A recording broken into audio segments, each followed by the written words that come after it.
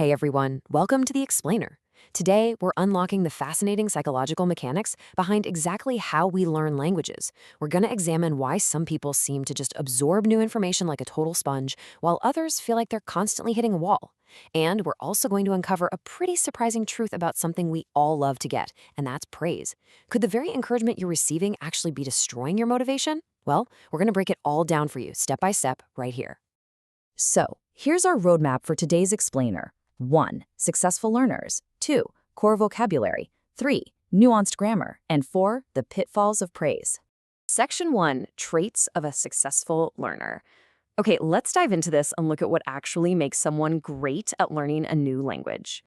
Picture this for a second. You're sitting in a classroom. You've got the exact same textbook, the exact same teacher, and you've spent the literal exact same amount of time studying as the person sitting right next to you. Yet somehow they're speaking fluently, and you're still struggling to string a basic sentence together. It's frustrating, right? But why does this happen? Well, the source material we're analyzing today points out that developmental speed and proficiency can vary wildly, even under completely identical conditions. It turns out it's not just about the raw hours you put in. It's really about a complex web of internal and external factors. If we map out these multifaceted factors that influence foreign language acquisition, we're basically looking at motivation, personality, age, intelligence, and even the learner's native language. It's a completely holistic system. Just as an example, your personality might dictate how willing you are to make mistakes in front of other people, or your learning strategies might dictate how efficiently you memorize vocabulary. But out of all of these factors, there's one that often gets deeply, deeply misunderstood, and that is age. There is this massive myth out there that if you didn't start learning a language as a toddler, you've essentially missed the boat. Our source material completely busts this wide open. Now, it is true that learning a foreign language before the age of 12 is incredibly effective if your main goal is achieving near native pronunciation. Children definitely have a distinct physical advantage there. But wait, does that mean adults are just helpless? Absolutely not. While we adults might struggle a bit more with perfecting an accent, we possess highly developed cognitive abilities. Because of this, adults can learn the underlying rules of a language, the grammar, and the complex vocabulary in a fraction of the time. Basically, adults leverage logic, whereas children rely on absorption. Section 2, Core Vocabulary for Learning Psychology. To truly grasp these concepts, we need the right linguistic tools. First up is 인지 능력, which translates to cognitive ability. This is your ability to distinguish, judge, and logically process the world around you. As I just mentioned, this is the adult learner's ultimate superpower. While a child might simply mimic a sentence they hear, an adult uses their cognitive ability to deconstruct it, figure out the grammatical formula, and then immediately apply that formula to 100 different situations.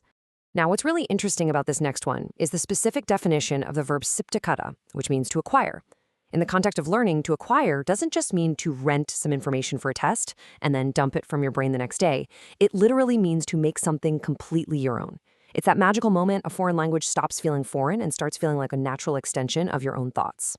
But, as the source notes, actually acquiring a foreign language later in life requires a tremendous amount of intentional effort. So, you might be wondering how we actually use these terms in everyday conversations. Well, first, we have positive progression, like 구사하다, which means having a fluent command of a language. If you've lived abroad for years, you might command the local language just as well as a native speaker. But then, on the flip side, we have the reality of the struggle, right? 더디다, which is the concept of progress being slow.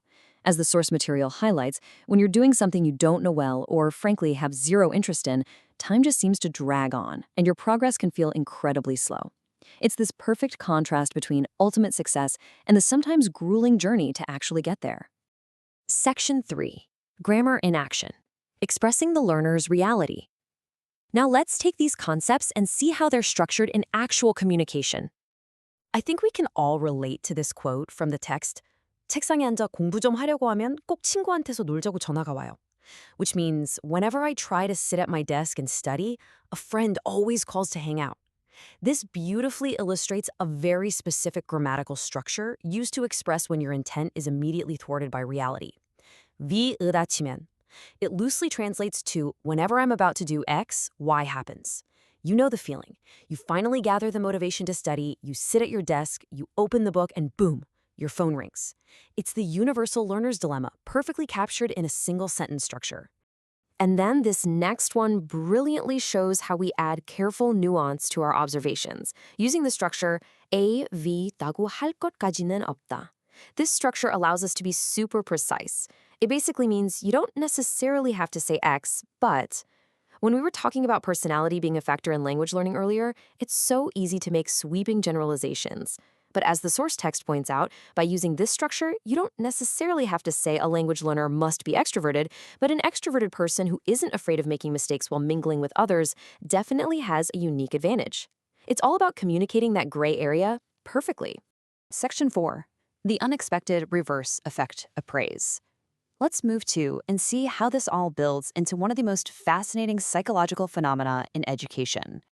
There are two highly contrasting philosophies when it comes to education and motivation. On one hand, we have this very famous societal belief, often popularized by books claiming that praise makes whales dance. The whole idea there is that relentless positivity and endless compliments will motivate absolutely anyone to achieve greatness. But on the other hand, we see a much more controversial concept from a documentary highlighted in our source text, the reverse effect of praise. I mean, what actually happens when children get so used to sweet praise that they refuse to even act unless they hear applause? The source material actually maps out this dangerous psychological progression perfectly, step by step. It starts at step 1 with constant praise. Even when a student gives a totally wrong answer, the teacher says, "Good job, that's okay." Well, this leads to step 2, where the student realizes the praise isn't actually tied to achievement, it's just a conversational habit of the teacher. That triggers step 3. The student starts doubting the sincerity of all praise. And finally, the tragic result is step 4, a complete loss of motivation. Because when praise is given for everything, it ends up meaning absolutely nothing. Just listen to this powerful excerpt directly from the source text, detailing a real student's experience. My teacher always praised me, saying good or well done, even when I gave wrong answers. As this repeated, I began to doubt if the teacher's praise was genuinely meant for me or if it was just a habit. Later, even when I was told I did well, it felt like a habit, so I didn't feel anything at all. That is a devastating realization, isn't it? The very tool meant to encourage the student completely neutralized their own emotional reward system. So the crucial point here is that praise itself isn't evil. We're certainly not saying you shouldn't encourage people, but its application requires immense situational awareness. The source explicitly concludes that excessive, unearned praise brings about adverse effects.